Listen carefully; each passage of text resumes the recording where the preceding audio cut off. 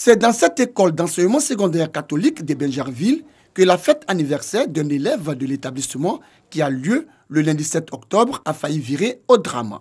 Le lundi 7 octobre, c'était l'anniversaire d'un élève d'un établissement de l'église catholique. Et à cette occasion, les parents de l'enfant ont voulu bien communier avec les autres enfants et ont demandé à apporter un repas pour que la joie soit partagée. Ce que la direction de l'école a accepté et les enfants ont dû partager ce repas ensemble. Quelques temps après, quelques heures après, certains enfants se sont sentis mal et on a constaté des diarrhées, vomissements et affaiblissements. Admis à l'hôpital général de la commune, les 34 présumées victimes d'intoxication alimentaire, tous des élèves âgés de 10 à 14 ans, ont été rapidement pris en charge. On avait reçu 3 cas auparavant et les 3 premiers cas ont automatiquement été pris en charge. Il nous a été révélé l'existence de plusieurs autres cas au sein de l'établissement et le médecin de garde s'est rendu sur place où il a pu consulter 34 enfants au total, y compris ceux qu'on avait déjà reçus ici. Actuellement, on a 4 enfants hospitalisés et les 30 autres ont été libérés puisqu'on les a traités en ambulatoire. C'est-à-dire donner les médicaments et pour qu'ils puissent les prendre à l'extérieur de l'établissement. Le lendemain du drame, Toby Irié, préfet d'Abidjan, est sur les lieux. Après quelques heures passées dans l'établissement et au chevet des sinistrés, il a pu se faire une idée de la situation. Les spécialistes de la santé ici présents estiment qu'il pourrait s'agir d'un cas d'intoxication alimentaire. Donc c'est une situation sérieuse parce qu'il s'agit d'intoxication d'une part et d'autre part il s'agit d'enfants, d'élèves. Et donc nous sommes venus nous rendre compte de la situation, également demander une veille des services sanitaires comme cela se doit et également nous assurer que tous les enfants se portent bien. Mais je voudrais rassurer les parents d'élèves que sur les 34 enfants, 30 ont reçu des soins ambulatoires donc, en dehors de l'hôpital et 4 sont ici, sont très bien traités, ils évoluent très bien. Et donc l'INHP ainsi que tous les services sanitaires feront des prélèvements pour déterminer avec exactitude qu'est-ce qui s'est passé, qu'est-ce que les enfants ont consommé. En attendant de définir les causes exactes de ce qui s'apparente à une intoxication alimentaire, le préfet a invité les autres élèves à ne pas céder à la panique.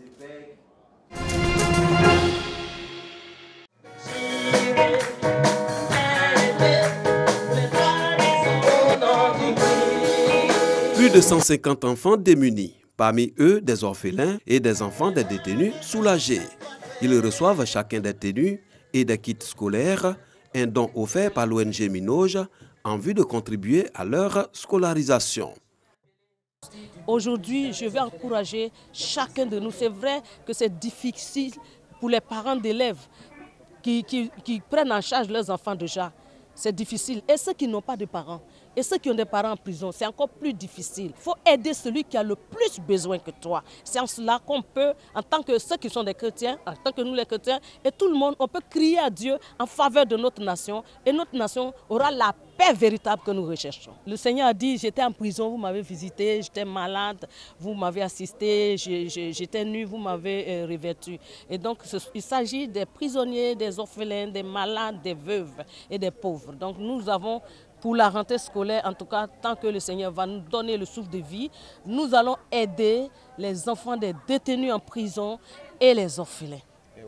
Cette action de bienfaisance s'inscrit également dans la lutte contre la déscolarisation des enfants des couches défavorisées en Côte d'Ivoire. Une initiative salutaire selon les bénéficiaires. C'était vraiment difficile parce que les parents n'avaient pas trop les moyens, mais grâce à Dieu, il a permis que je puisse rencontrer notre maman.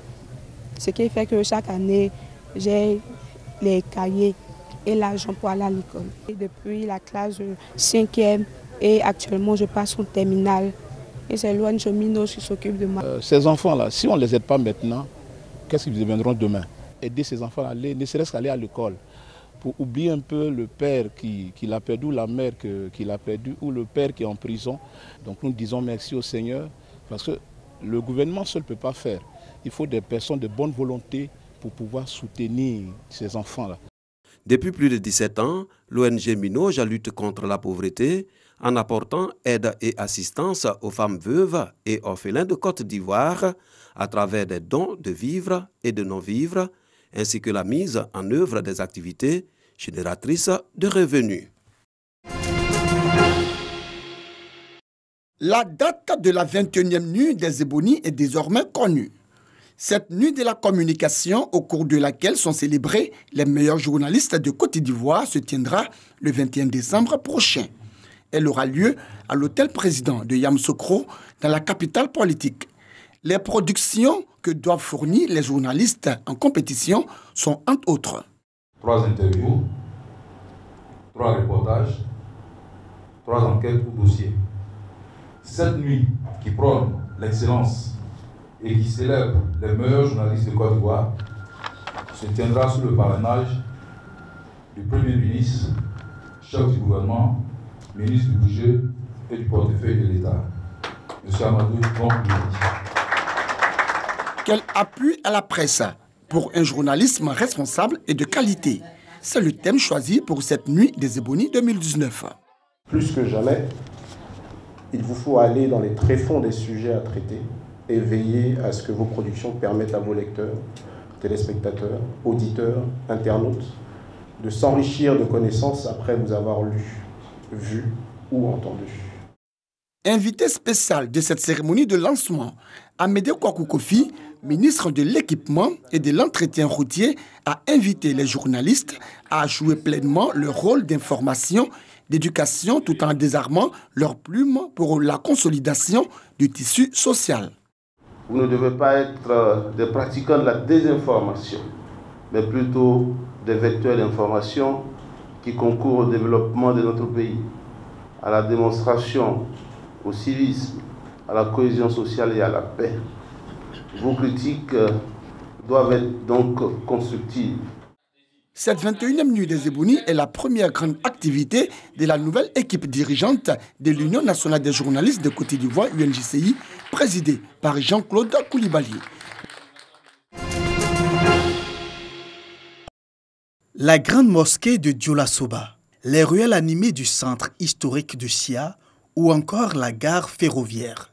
Perle touristique à l'ouest du Burkina Faso, Bobo Dioulasso accueillait chaque année des milliers de voyageurs attirés par ses richesses culturelles et architecturales, mais aussi à la croisée des chemins de la Côte d'Ivoire et du Mali. Mais depuis quelques années, les touristes se font rares. Avant, pendant les périodes de vacances là, nous on pouvait voir centaines de touristes ici chaque jour. Mais maintenant là, pour avoir un touriste là, tu peux faire 1 semaine et 2 semaines avant d'avoir les touristes. Si les touristes délaissent la deuxième ville du pays, c'est en raison de la situation sécuritaire qui s'est fortement dégradée depuis 2015. Les attaques djihadistes incessantes au nord et à l'est du Burkina Faso ont fait plus de 600 morts. Bien que Bobo n'ait jamais été touché, l'ouest a déjà été attaqué et un couple italo-canadien a disparu entre Bobo et Ouagadougou, la capitale. Une grande partie du pays est aujourd'hui déconseillée par plusieurs chancelleries occidentales. Un manque à gagner considérable pour les habitants qui vivaient du tourisme. Et moi, je fais uniquement que des batiks, je ne fais pas d'autres travail. Mais comme il n'y a pas de touristes, je suis obligé d'aller aider des gens à faire un peu de maçonnerie pour pouvoir gagner mes popotes et pouvoir avoir des médicaments pour les enfants et moi-même. Comme Bissiri et beaucoup de commerçants, Benjamin Ouedraogo a trouvé une deuxième activité dans la construction pour compenser les pertes et à la chute du tourisme pour ne pas mettre la clé sous la porte. On a tout perdu. En toute sincérité, la priorité, c'est d'abord les salaires des personnels. Bon, ensuite, les impôts et taxes. On ne peut même pas couvrir tous les impôts et taxes. S'adapter en attendant le retour des touristes. S'il n'existe pas de statistiques précises pour Bobo Dioulasso, les professionnels du tourisme estiment à 2 sur 3 les pertes dans ce secteur.